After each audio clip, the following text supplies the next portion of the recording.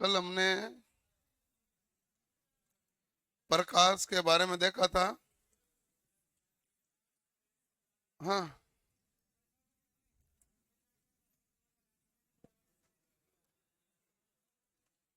कब, कहाँ पर, किसने किया, कैसे कैमरा देख लो, हाँ चेक हो जाएगा। कैमरा चेक हो जाएगा भाई।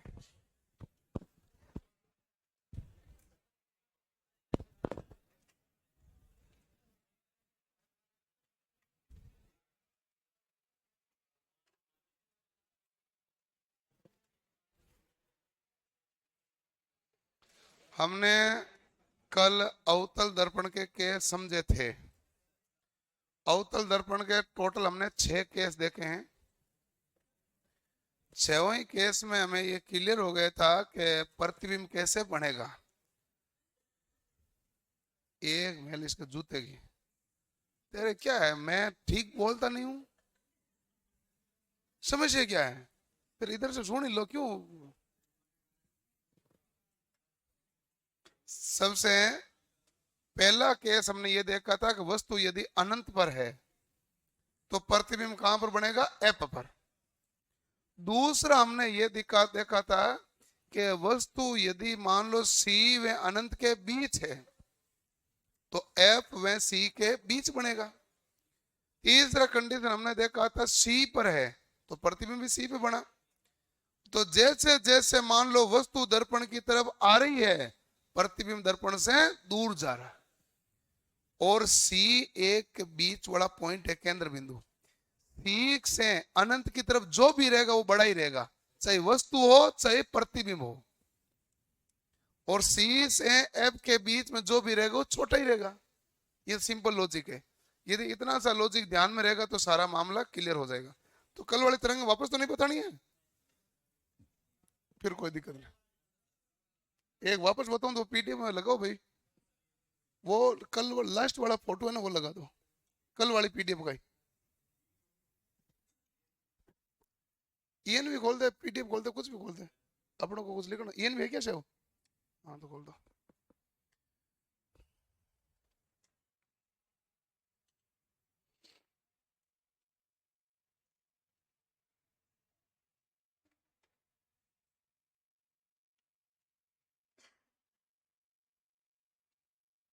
बस हो गया, हो गया।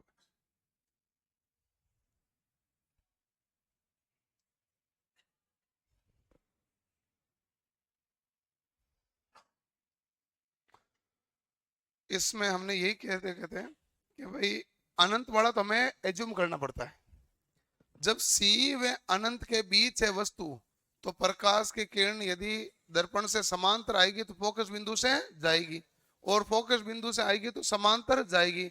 दोनों मिली कहां पर, यहां पर। तो प्रतिबिंब कैसा बन रहा है, उल्टा। और दर्पण के क्या बन रहा है, आगे। तो जो भी दर्पण के आगे बनता है वो हमारे पास क्या होता है, वास्तविक। और वास्तविक प्रतिबिंब सदैव क्या होता है, उल्टा। ये तो हमने पहले लिख दिया था, वास्तविक सदैव उल्टा। जब वस्तु सी पर है प्रतिबिंब भी कहां पर बना था, सी पर। वस्तु सी व एफ के बीच है तो हमारे पास प्रतिबिंब क्या बना, सी व अनंत के बीच। प्रतिबिंब एफ पर है, वस्तु एफ पर है तो प्रतिबिंब बनेगा अनंत पर। और वस्तु अनंत पर था तो प्रतिबिंब कहां पर बना, एफ पर। और वस्तु एफ पर है तो प्रतिबिंब कहां पर बनेगा, अनंत पर। ठीक है। और यदि एफ व पी के बीच है तभी एक छठा केस किसका आता है, आभासी का। इसके अलावा हमारे पास आभासी का कोई केस नहीं है। ये थोड़ा सा ध्यान से हमें समझना है। अब हम टेबल लिखते हैं, इन 6 केस हैं। और टेबल आप यदि समझ लोगे ना तब तो आपको पूरी चीज याद रह जाएगी। नहीं समझा तो फिर रटा हुआ तो चीज याद रहती नहीं है, समझनी पड़ती है पूरी। सबसे पहले है ब्लैक करूं,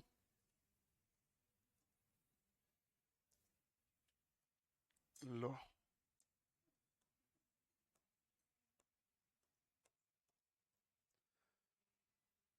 सबसे फर्स्ट लिखेंगे वस्तु की स्थिति कहां है।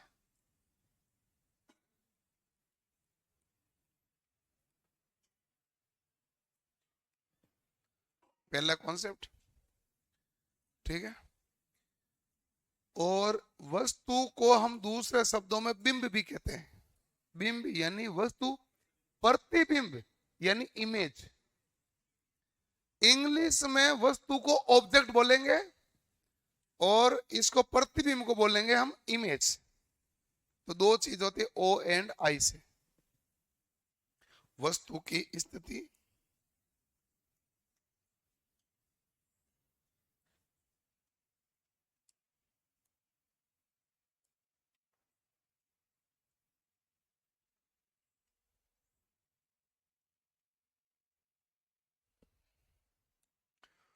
दूसरा है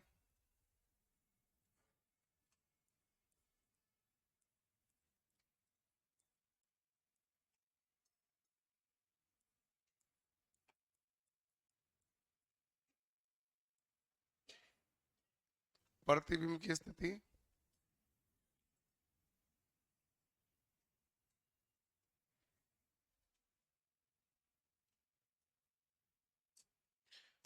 तीसरा है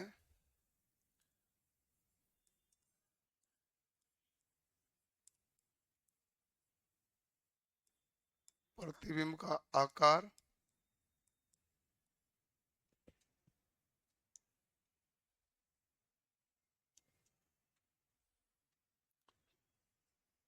चौथा है प्रतिबिंब की प्रकृति।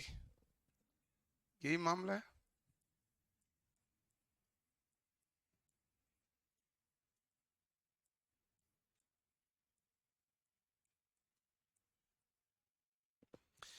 ये तो हमारे पास थ्योरेटिकल सवाल आने के लिए प्रश्न का उत्तर दे सकते हैं, लेकिन इनके बाद हमारे पास अवतल दर्पण के न्यूमेरिकल बहुत इंपॉर्टेंट रहेंगे, जिसमें चिन्ह भी पढ़ने पड़ेंगे।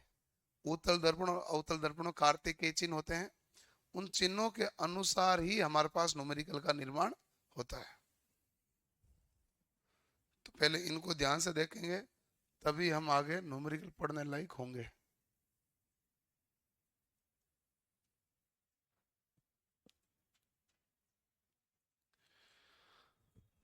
ये चार चीजें हैं भाई, और तो क्या है हमारे पास।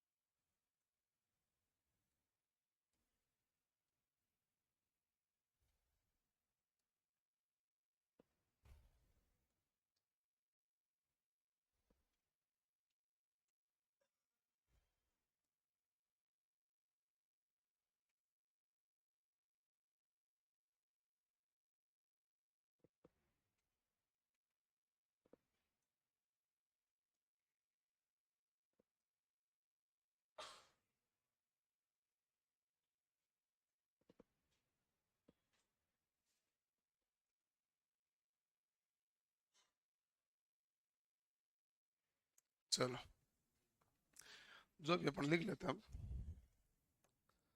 अब सबसे पहली स्थिति है, तो वस्तु कहां पर है? पहली स्थिति में क्या कहता है? वस्तु कहां पर है? तो आप कहेंगे अनंत पर।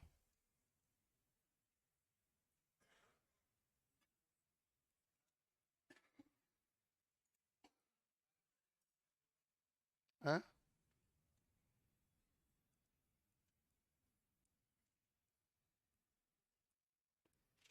वस्तु अनंत पर। वस्तु अनंत पर है, प्रतिबिंब कहां पर बनेगा भाई? एफ पर। प्रतिबिंब का आकार बहुत छोटा, यानी अत्यंत छोटा, और प्रतिबिंब की प्रकृति होगी वास्तविक व उल्टा।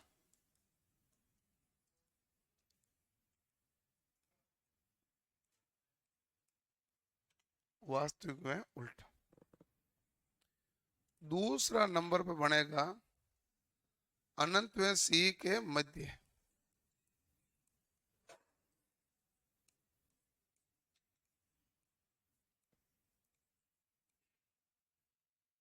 अनंत व सी के मध्य। तो प्रतिबिंब कहां पर बनेगा? दो नंबर देखो भाई, सी व एफ के मध्य। ये हमारे पास आकार कैसा होगा भाई, छोटा। और ये हमारे पास क्या होगा, वास्तविक व उल्टा। तो अब 5 नंबर पॉइंट तक आप खुद ही लिखो, छठा मैं लिखूंगा।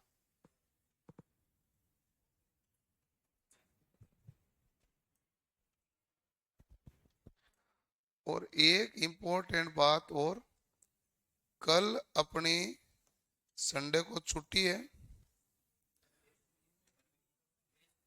टेस्ट है ही, टेस्ट है, ऑनलाइन ही है, ऑफलाइन ही करा देंगे, टेस्ट का कोई दिक्कत नहीं। कल मैं सुबह 8 बजे से 12 बजे तक प्रकाश चैप्टर के ऑब्जेक्टिव करूंगा यूट्यूब पे पूरा सोल्व, वो पूरा प्रकाश ए टू जेड। तो ये जो पढ़ा हुआ वो तो हो जाएगा, जो नहीं पढ़ा हुआ आगे वाला भी भाग भी आपको काफी कुछ समझ में आ जाएगा, ताकि आगे वाली क्लास आपको और आसानी से समझ में आ जाए। प्रकाश आपका बड़ा चैप्टर है, और पिछली बार ग्रुप डी में हर पेपर में कम से कम 2, अधिक से अधिक 3 सवाल पूछे गए हैं। किसी के सिर्फ 2 सवाल आए, किसी के 3 आए। तो इसलिए उस क्लास को बड़े ध्यान से देखना है। कोई ऐसा तो नहीं है जिनको ये पता नहीं है कि यूट्यूब चैनल कौन सा है? नहीं है, वो है ना, देख, केजरीवाल साहब। अरे रुको रुको रुको रुको, नहीं, ऊपर वाली क्लास में भी काफी सारे ऐसे थे। एक और कोई है तो और कोई भी है, और भी है कई जो है, वो ध्यान दें। क्या मैं बोलूं और सुन लेना, तो मैं नहीं सुनूंगा अब। कौटिल्य टेक्निकल क्लासेज यूट्यूब पे सर्च करो, चैनल को सब्सक्राइब कर लो। वी, वीडियो का शेड्यूल मैंने डाल रखा, उसको नोटिफाई कर लो। कल सुबह 8 बजे मैं पूरा पढ़ूंगा। 4 घंटे की क्लास होगी यूट्यूब पर।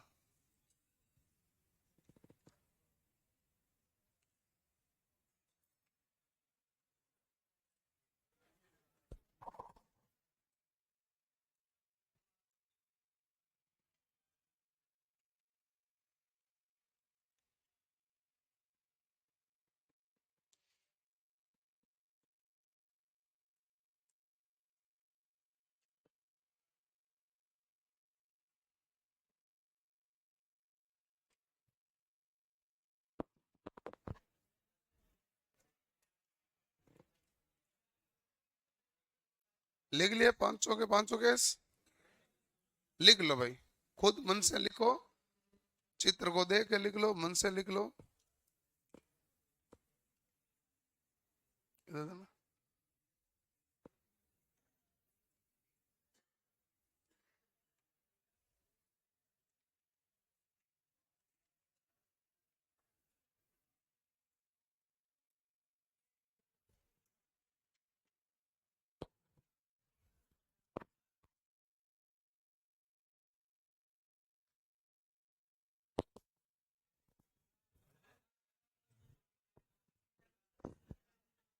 क्या कह रहे?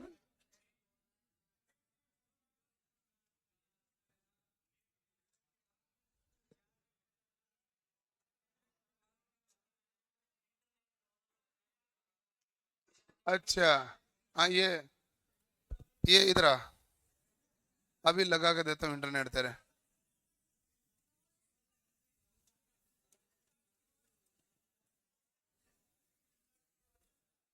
कैसे कैसे लोग हैं ये, आवाज नहीं भाई, लिख लिया? अभी क्लास किसकी थी, जीके की थी क्या? ओके ओके, चलो कोई नहीं।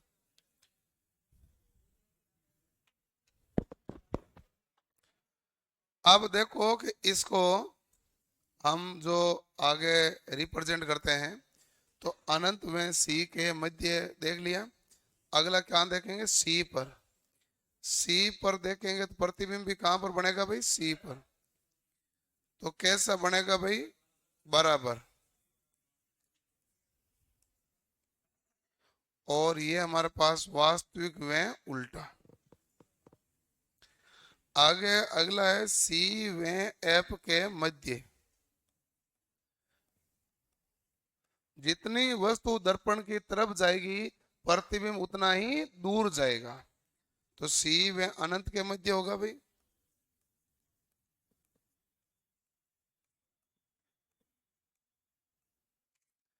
तो प्रतिबिंब क्या बनेगा? बड़ा। वास्तविक व उल्टा। और पांचवा केस है, यदि आपने वस्तु एप पर रखी तो प्रतिबिंब कहां पर बनेगा?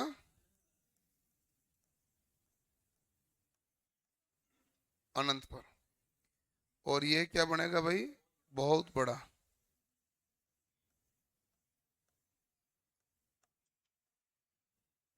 बहुत बड़ा वास्तविक व उल्टा।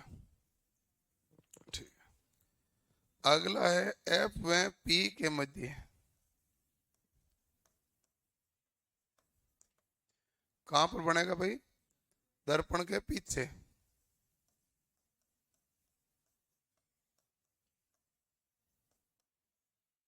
दर्पण के पीछे बनेगा तो प्रतिबिंब कैसे बनेगा? बड़ा। और ये आभासी व सीधा।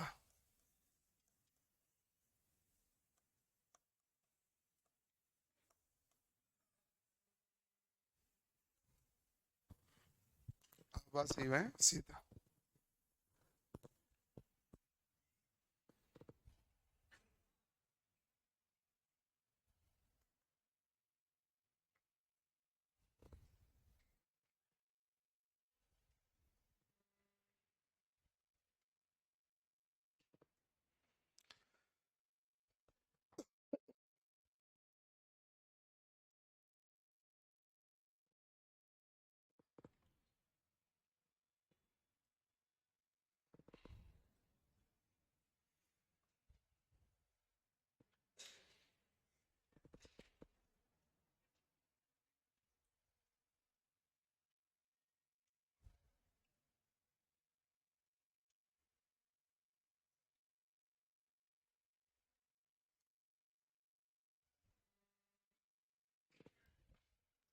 हो गया?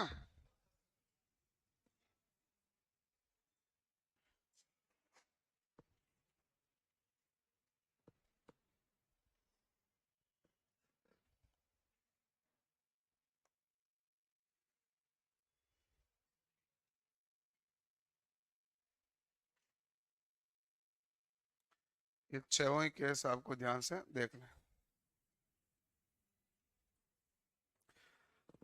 याद रह जाता है ये तो। आप याद रखना का एक ही लॉजिक है, सी से अनंत की तरफ जो भी आएगा बड़ा आएगा, सी से दर्पण की तरफ जो आएगा वो छोटा आएगा, और सी पर क्या आएगा? बराबर। सी केंद्र बिंदु है, बराबर यहीं पे होगा। अब सी से अनंत की तरफ यदि मान लो वस्तु है तो वस्तु बड़ी है, तो प्रतिबिंब क्या हो गया? छोटा। और सी से अनंत के बीच प्रतिबिंब बन रहा है तो वो क्या हो जाएगा? बड़ा। तो सी से जितना ज्यादा दूर होगा उसका आकार में उतना ही ज्यादा बदलाव होगा।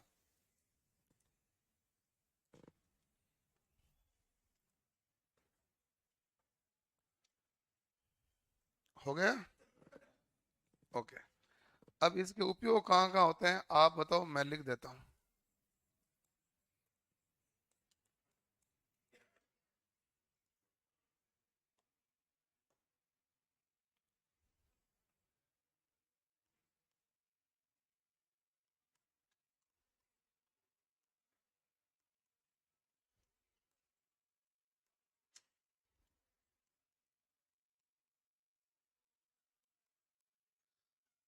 दाढ़ी करने वाले दर्पण के रूप में होता है जिसमें आकार आपको क्या दिखाई दे? बड़ा।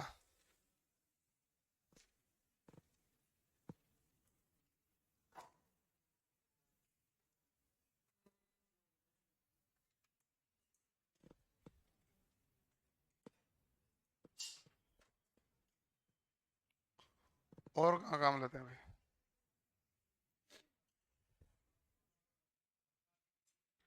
गाड़ियों के हेडलाइट में, ये हेडलाइट में जो परावर्तक होता है ना, परावर्तक हमारे पास अवतल दर्पण के रूप में होता है, जिससे क्या होगा? टकरा के प्रकाश एक जगह केंद्रित होता है। क्योंकि मैंने अवतल दर्पण को लिखा था अभिसारी। अभिसारी यानी कन्वर्जिंग, जहां सारी प्रकाश की किरणें एक ही बिंदु पर आ रही है, तो गाड़ियों के हेडलाइट में परावर्तक के रूप में।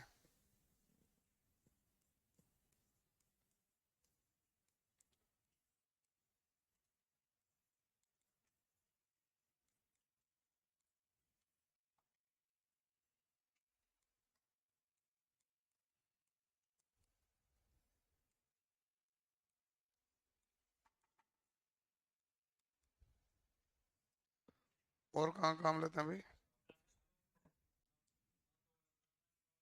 हाँ वो मतलब हेडलाइट आ गई तो किसान टॉर्च में लो लिख लो। सर्च लाइट, लाइट जितना भी है, सर्च लाइट, किसान टॉर्च,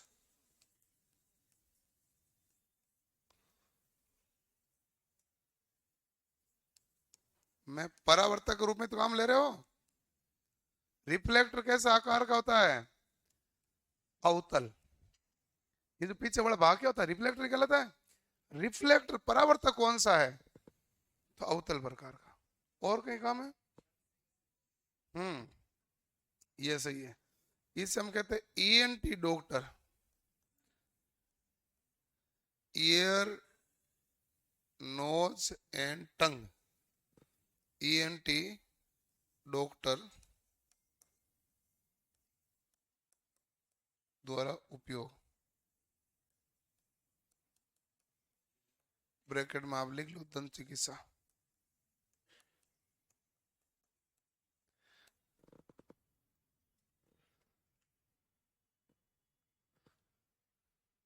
सोलर कुकर में बिल्कुल सही बात है भाई।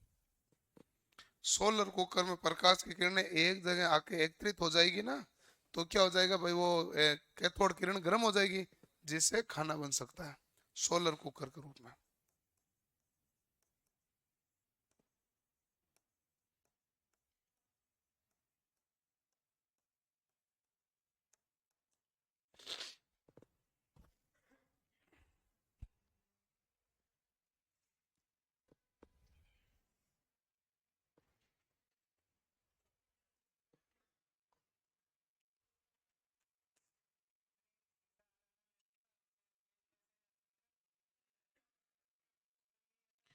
वो ये नहीं है, वो अपने पास लेंस हो गया ना। लेंस में जो प्रकाश की किरणें एक जगह एकत्रित होती है उसे उत्तल लेंस कहते हैं।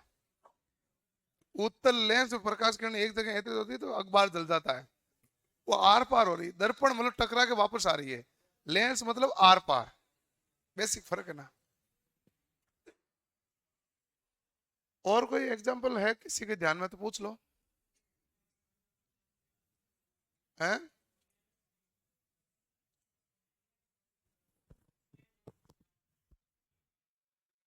ईएनटी डॉक्टर्स होते हैं जो आंख नाक कान गले के डॉक्टर होते हैं, वो उन्हें ईएनटी बोला जाता है।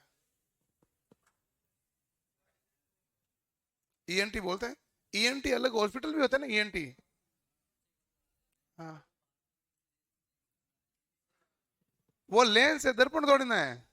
जो बार बार चेंज कर रहा है वो हमारे पास क्या है, लेंस। लेंस और दर्पण में अंतर अंतर है। क्या हुआ?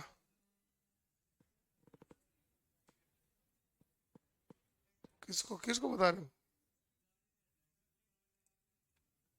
हाँ, हमारे पास, आपको पता हो तो, ये जो परवलयकार है यही परवलय है, यही अवतल है, यही अवतल है, यही क्या है, परवलय। ठीक है ना। तो पैराबोलिक लैंप सारी हेडलाइटों में परावर्तक रूप में आती है, लेकिन पूछे उत्तल दर्पण की भांति काम करेगा अवतल, तो आप कहेंगे अवतल, क्योंकि प्रकाश की किरण टकरा कर एक बिंदु पर केंद्रित हो रही है, तभी तो फोकस बन रहा है। और जिसमें फोकस बनाना होता है उसमें इस दर्पण को काम में लिया जाता है। रोड लाइट में तो मैंने नहीं लगाया, क्योंकि रोड लाइट में फोकस नहीं बनाना है। रोड लाइट में सभी जगह प्रकाश बराबर फैलाना है, और फैलाना है तो कौन सा दर्पण लगाओगे, उत्तल। बेसिक अंतर ये है। अभिसारी और अपसारी का मतलब यही था। हो गया?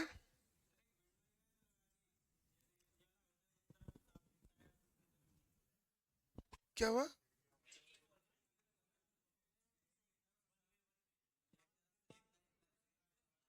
अच्छा वो कहाँ, ये ठीक है, ये तो आपका मन का पर्सनल डाउट है, मैं कर देता हूँ। ऐसे आपने देखा होगा वन वे विजन के एक तरफ का दिखेगा दूसरी तरफ का नहीं दिखेगा। जैसे दुकान वाले ने कांच पर इस प्रकार का एक पोस्ट लगाता है, विनाइल होता है, उसे विनाइल बोलते हैं। विनाइल लगाता है, उसमें छोटे छोटे डॉट छेद होते हैं। मैं बेसिक अंतर बता देता हूँ। उसमें क्या होता है कि फिर आप बाहर हैं तो आपको दिखेगा पोस्टर, और अंदर जो दुकान में है उसको बाहर दिखेगी दुनिया, कि भाई कौन आ रहा है कौन जा रहा है। इसे आप इन वन में विजन बोलते हो।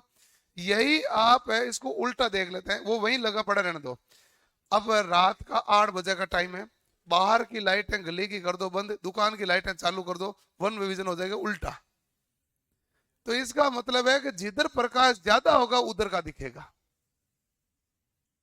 जिधर प्रकाश ज्यादा होगा उधर का दिखेगा। इसका और कोई कॉन्सेप्ट नहीं है, उसमें कोई कॉन्सेप्ट थोड़ा लग रहा है।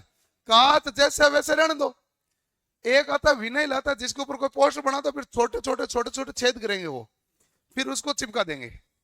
और कोई टेक्नोलॉजी नहीं है छोटे छेद गला उसमें।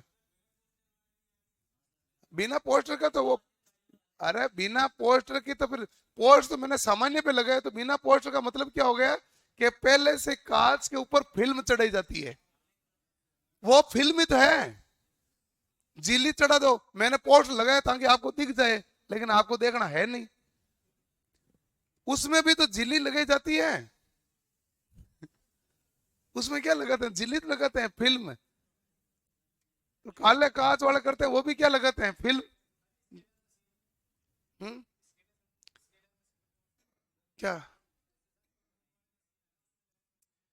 स्कैनर मशीन में स्कैन होता है, यहाँ दर्पण से ज्यादा बाकी स्थिर वैद्युतिक गुणों का कार्य होता है।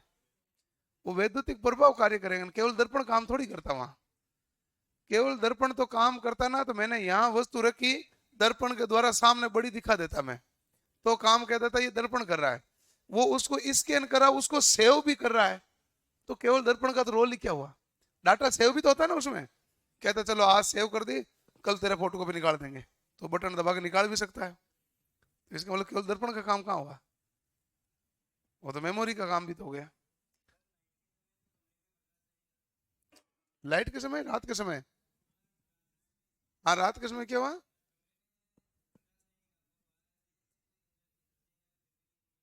दिखता है। तो नहीं दिखता फिर अंदर वाले को बाहर भी नहीं दिखता होगा। अरे भाई, उस केस में फिर अंदर वाले को बाहर वाला दिखता है, ऐसा नहीं होता है। ऐसा होता होगा, मैंने कांच देखा ही नहीं ऐसा। ऐसा तो मैंने देखा नहीं कोई कांच। क्या थोड़ा बहुत दिखता है। लॉजिक तो क्लियर क्लियर काम करता है। लॉजिक सिंपली लॉजिक ये होता है।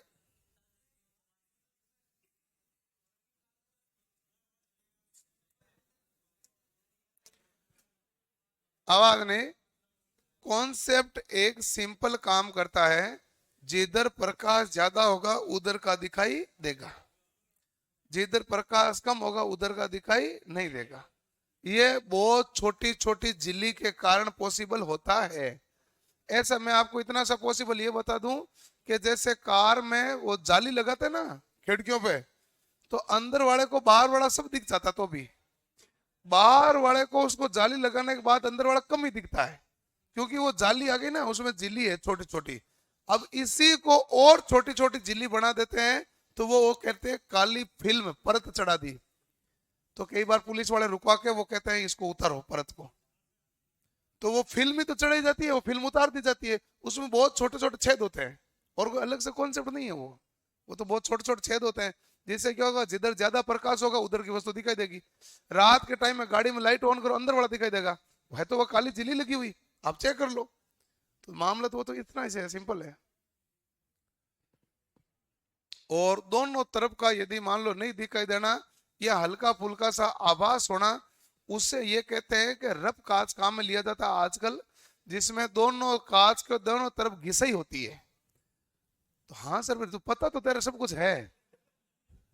तो उसमें क्या कांच के दोनों तरफ घिसाई होती है, उसके बाद क्या होता है आर पार नहीं दिखता है, केवल ऐसा झलक सी दिखती है कि कोई है, लेकिन कौन है ये नहीं पता होता। हाँ वो होता है, उसमें होता है रफनेस करते हैं, झिल घिसाई होती है दोनों तरफ से। तो वो दर्पण के अलग अलग कंडीशन है, हैं?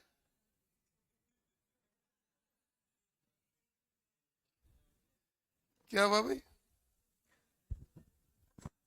क्या तेरे घर में लगा हुआ है?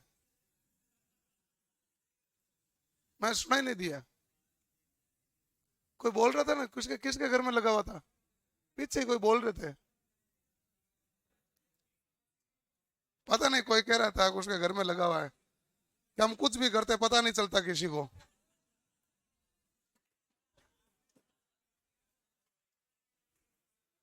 तो दुनिया से डरो, जो भी हो तुम।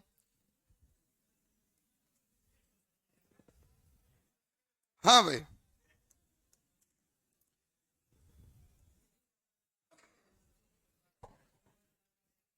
अब हम देखते हैं उत्तल दर्पण के बारे में।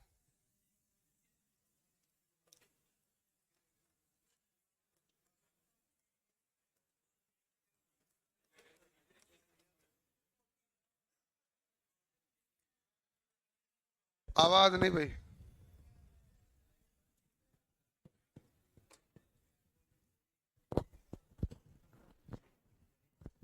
ये हमारे पास आया उत्तल दर्पण के बारे में।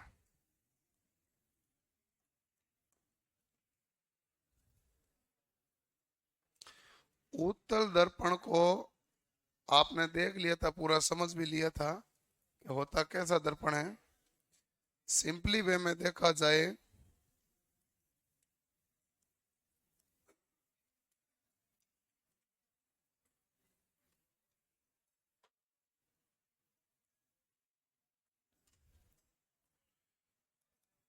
ये हमारे पास जो दर्पण है,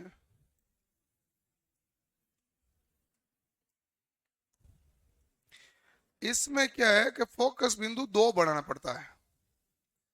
एक ये फोकस बिंदु, एक ये सी, एक ये सी। इधर आप क्या करेंगे, पॉलिश।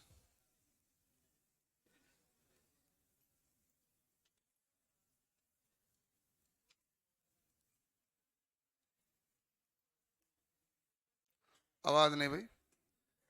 ये हमारे पास परावर्तक सतह है।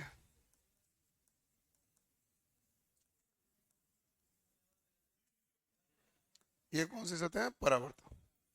जब इसके ऊपर, ध्यान से समझना, जब इसके ऊपर प्रकाश किरण गिरती है तो समांतर रूप से प्रकाश किरण आ रही है, ठीक है। तो ये हमारे पास फोकस बिंदु को केंद्र बना के इस तरफ जाएगी। वैसे पीछे बढ़ाए तो कहाँ आएगी भाई, फोकस बिंदु पे ना, उस हिसाब से जाएगी। समांतर आएगी तो फोकस बिंदु से जाएगी, लेकिन इधर तो आर पार तो हो नहीं सकते ना, तो फोकस बिंदु से तो इस प्रकार इधर ही जाएगी। और यदि मान लो कोई प्रकाश किरण फोकस बिंदु से आ रही है, तो फोकस बिंदु से आ रही है तो किधर जाएगी भाई, ये जैसे मान लो ये दिख रहा है कि ये फोकस बिंदु से आ रही है, तो हमारे पास किधर जाएगी भाई, समांतर।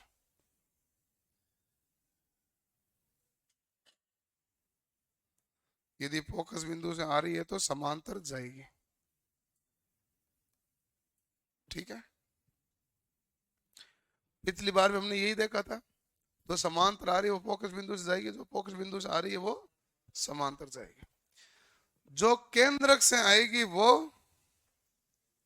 केंद्रक में जाएगी। ये देखा कि नहीं देखा? यदि मान लो ऐसे कोई प्रकाश तरंग है, ये केंद्रक, केंद्र मतलब इधर बड़ा मानना है,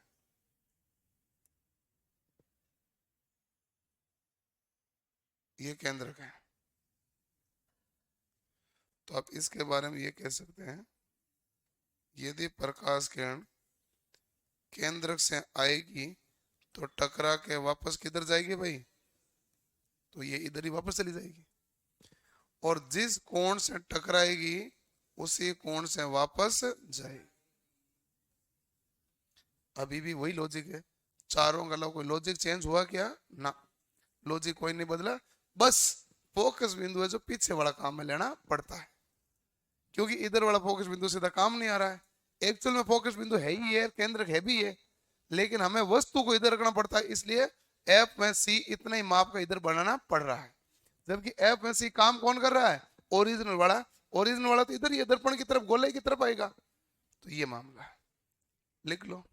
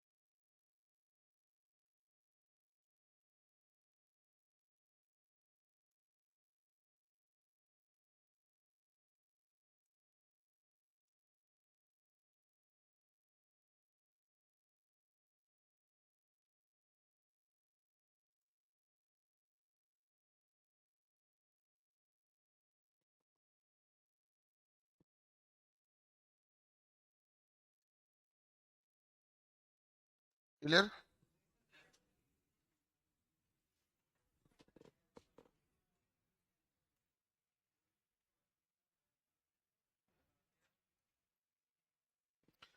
इसमें मैं आपको एक प्रतिबिंब बना कर दिखा देता हूं, बाकी आपको लिखनी थी। एक कॉमन लाइन है जो सबके लिए हमेशा लगेगी, हम ट्राई कर लेते हैं कि कैसा बन रहा है।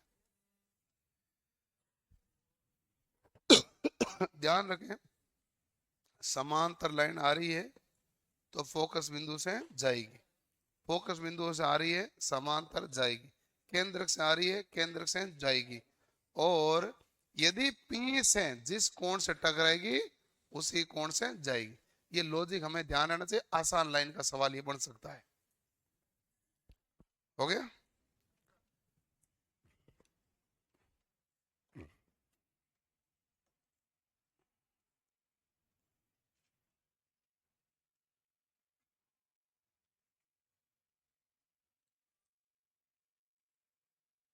चलो, ये हमारे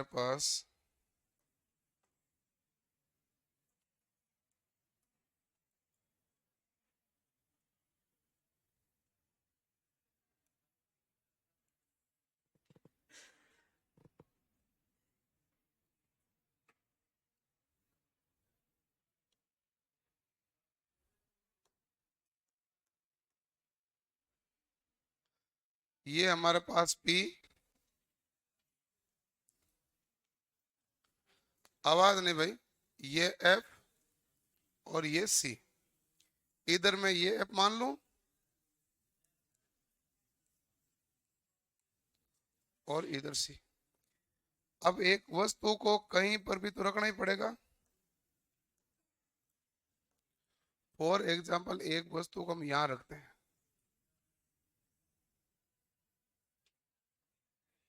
क्लियर? अब यहां वस्तु को हमने रखा है तो प्रकाश किरण कैसे आएगी भाई? सीधी आएगी।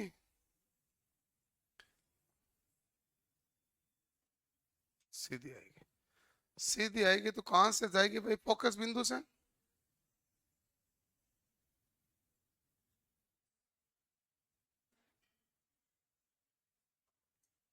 एक्चुअल में कहने का तात्पर्य तो यही है कि सीधी आ रही तो फोकस बिंदु से जाएगी, ठीक है?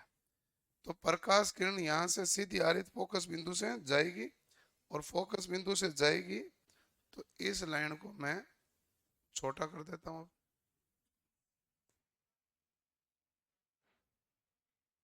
ये लो, सीधी आई तो फोकस बिंदु से गई, ठीक है? और यदि मान लो फोकस बिंदु से आएगी तो किधर जाएगी भाई? सीधी जाएगी। और यहां फिर आप कह दो केंद्रक पे आएगी तो कैसे जाएगी? केंद्रक पे ही जाएगी। तो आप किधर भी बना लो, जिधर आपकी लाइन मिल रही है उधर बना लो। ये जैसे मान लो मैं कहता हूँ यदि ये केंद्रक पे आती है तो वापस केंद्रक पे जाएगी कि नहीं जाएगी? जाएगी, ठीक है? केंद्रक पे ही वापस जाएगी, इसका तात्पर्य यही हुआ कि ये हमारे पास यहाँ बन गए। हाँ, जिधर से आई उधर ही वापस लौट जाएगी। लेकिन आप इन दोनों लाइनों को पीछे मिलते हुए देखोगे ना, ये कहां पे जा रही है? केंद्रक पे। ये कहां जा रही है? फोकस बिंदु पे। ये दोनों यहीं मिलेगी कि नहीं मिलेगी? तो बाकी इधर तो मिलनी है ही नहीं ना, ये दोनों दूर दूर ही जाएगी। तो इधर तो मिलेगी नहीं, मिलेगी तो पीछे की तरफ ही। अब बताओ, हमारे पास ये जो प्रतिबिंब बना, ये छोटा बना कि बड़ा? छोटा बना। और ये हमारे पास पर्दे के पीछे बना कि आगे? पर्दे के पीछे आभासी होता है वास्तविक? और आभासी प्रतिबिंब सदैव ही कैसा है? तो सीधी एक लाइन में लिख लो आप कि उत्तल दर्पण में बनने वाला प्रतिबिंब सदैव, उत्तल दर्पण में बनने वाला प्रतिबिंब सदैव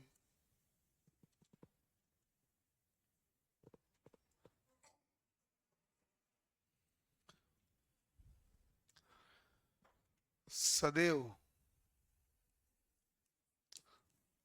आभासी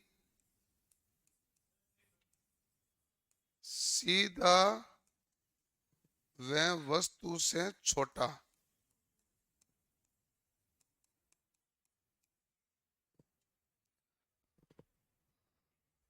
उत्तल दर्पण में बनने वाला प्रतिबिंब सदैव आभासी सीधा व वस्तु से छोटा होता है।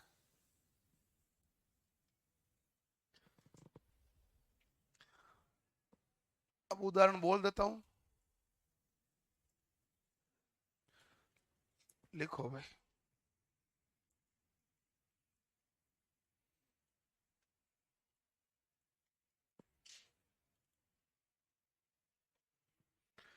सबसे फर्स्ट लिखो उदाहरण,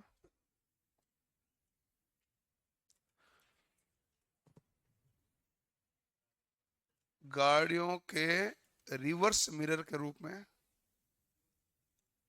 गाड़ियों में रिवर्स मिरर के रूप में पश्चदर्शी है, रिवर्स मिरर यानी पश्चदर्शी कर दो, गाड़ियों गाड़ियों में रिवर्स मिरर के रूप में ब्रैकेट में लिख देना पश्चदर्शी। रिवर्स मिरर होता है ना भाई, पीछे देखने के लिए।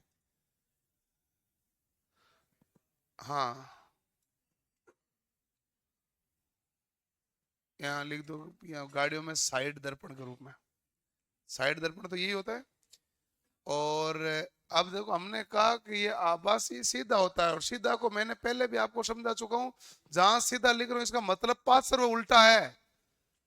सीधा वैसे तो सीधा सीधा ही है, लेकिन लेफ्ट है जो राइट होगा, राइट है वो, इसीलिए एमुलेस नाम पार्श्व उल्टा लिखा जाता है, ताकि आगे वाले को दर्पण में सही दिखे। और ये भी सवाल आया हुआ है, ऐसा नहीं है कि प्रतिबिंब कैसे बना, उल्टा उल्टा नहीं बना है, प्रतिबिंब तो सीधा ही है लेकिन पार्श्व उल्टा है।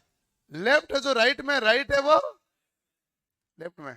कार जो चलती आ रही रोड पर वैसे दिख रही है, ऐसा थोड़ी है टायर ऊपर दिख रहे हैं, तो केवल लेफ्ट राइट चेंज हो रहा है ना भाई, तो इसे कहते तो सीधा ही है। और सीधा हमारे पास किसका एग्जाम्पल आएगा, पार्श्व उल्टा का। तो एक तो ये हो गया। दूसरा लिखो, रोड लाइटों में परावर्तक के रूप में, रोड लाइट में परावर्तक के रूप में, जो रोड लाइट है उसमें परावर्तक रूप में इसको काम में लेते हैं। तीसरा, एक आजकल आप कहीं देख तो कोई ब्रिज बनाया हुआ होता है, या कोई आर्मी एरिया के बाहर से निकल रहे हैं, तो वहां बड़ा सा एक कांच लगाते हैं। तो अब उस कांच को कहते क्या है, लेकिन होता उत्तल दर्पण है, क्या कहते हैं उस कांच को? वो ऐसा होता है, जहां पर भी तिराहा या चौराहा होता ना, तो उसमें साइड में से कोई दूसरी गाड़ी तो नहीं आ रही है।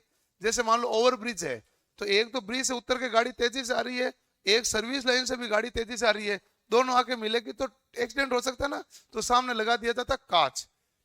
तो साइड से आने वाले को दिख जाएगी भाई ऊपर से कोई गाड़ी आ रही कि नहीं आ रही, ऊपर वाले को ये भी दिख जाएगी साइड से कोई आ रही कि नहीं आ रही, ताकि उस हिसाब से गाड़ी की अपनी स्पीड सही कर ले। नहीं तो पता नहीं चलेगा, साइड में भी तेजी से आ रही, ये भी तेजी से आ रही है, दोनों जाके एक जगह मिलनी थी तो टक्कर नहीं हो जाए।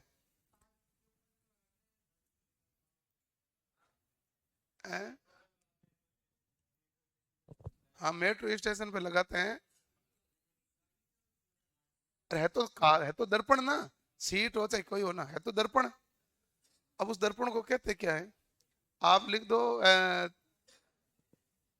तिराहा या चौराहे पर, तिराहा या चौराहा पर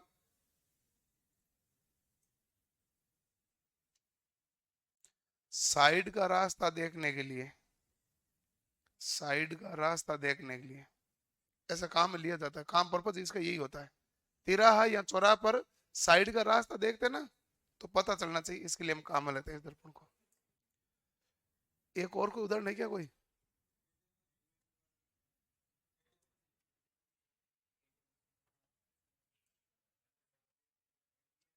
हाँ, एटीएम मशीन में होता है, लेकिन उसमें पर्पज इतना ही है। एटीएम मशीन में इसलिए लगाता है कि पीछे कोई तुझे देख तो नहीं रहा, क्या तू पासवर्ड लगा रहा है, ऐसा कोई ऊपर से गर्दन झांक रहा है, तू तो ऐसे मुड़ के देखेगा नहीं, तो सामने दर्पण लगा रहता छोटा, कि देख ले कोई देख तो नहीं रहा, नहीं रहा तो लगा ले। फिर पर्पज उसका यही है, उद्देश्य क्लियर होना चाहिए ना, उद्देश्य यही है। और कहीं?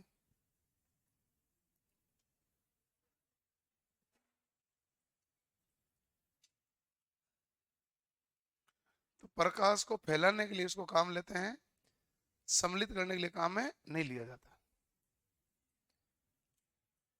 और प्रतिबिंब में हमेशा वस्तु क्या दिखाई देगी, छोटी सीधी और आभासी, ये दिखाई देती है ना भाई।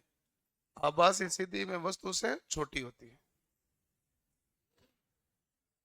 और किसी का कोई उदाहरण है उत्तल दर्पण का? उत्तल दर्पण बता दो, जिधर भी लगाओ अब वो फ्री है। तो ये उत्तल दर्पण है। कल हम उत्तल अगली क्लास में, कल मतलब अगली मंडे को क्लास में हम उत्तल दर्पण अवतल दर्पण के चिन्ह के बारे में देखेंगे। हाँ टेस्ट ही होगा। कल नहीं, कल की जगह परसों ले लेंगे ना फिर। हाँ देखो, कल उत्तल दर्पण अवतल दर्पण में चिन्ह और सूत्र के बारे में हम अगली क्लास के अंदर पढ़ेंगे। चिन्ह और सूत्र के बारे में ये ध्यान रखें। और एक इंपॉर्टेंट बात ये ध्यान रखें कि कल सुबह 8 बजे से लेकर 12 बजे तक 4 घंटे में प्रकाशी की चैप्टर है, जिसके लगभग 100 सवाल कराऊंगा विद डिटेल सॉल्यूशन, जिसमें एक एक की डिटेल है, बहुत गहराई के साथ हम पूरी करते चलेंगे। तो आप जरूरी रूप से 4 घंटे क्लास देखना, प्रकाश लगभग क्लियर हो जाएगा।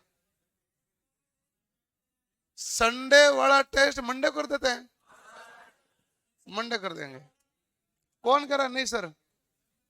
तो भी हम कर रहे हैं, क्योंकि केवल और क्लास तो है नहीं कोई, तो केवल क्लास नहीं है तो क्यों दूर से आओ? फिर मंडे को कर देंगे टेस्ट, मंडे को 2 टेस्ट हो जाएगा।